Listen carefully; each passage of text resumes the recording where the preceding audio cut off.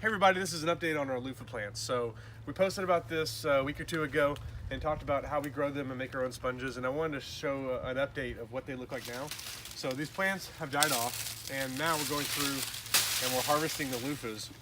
And these are still green. They're not able to be used as a sponge yet. What you got to do is, what we're going to do is take them and put them in our garage and let them dry out in there. And then over the course of the winter, over a few months, they'll become brittle and dry. And then you can peel the outside, and what's left inside is the sponge that I showed in the last video. So if you didn't see that last video, check it out and see the end result that we're left with. But I wanted to shoot this video just to show what it looks like whenever you harvest them.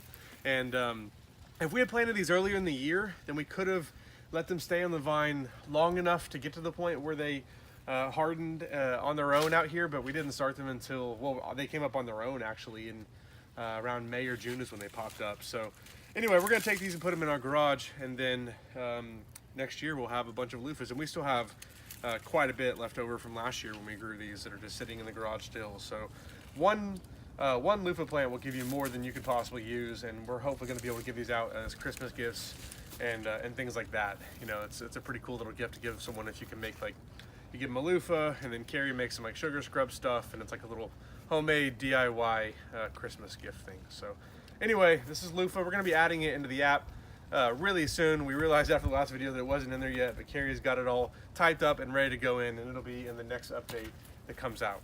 So that's Loofah. If you have any questions, let us know.